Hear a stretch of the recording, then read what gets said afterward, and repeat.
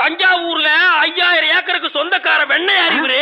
அப்படியே அறுத்து தள்ளிட்டாலும் மூட்டு கொடுத்துருவாரு.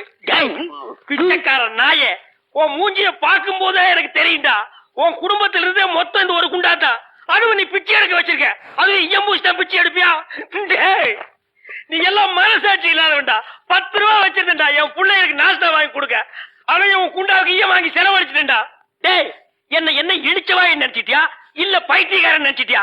இல்லன்னா குனிய வச்சு மொத்தமா நான் போலாம் நினைச்சியா? இந்த பாரு, உன்னை நான் விட மாட்டேன். படுக்க வச்சு உன் மூஞ்சில ஈயம் பூசாம விட மாட்டேன். படுக்க வைங்க.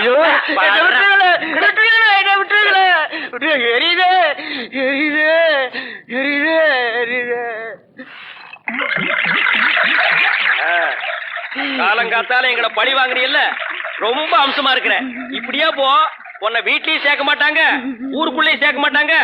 நாய் கண்டா விடவே விடாது. ஓடி போய் சுடுகாட்டுல படுத்துக்க.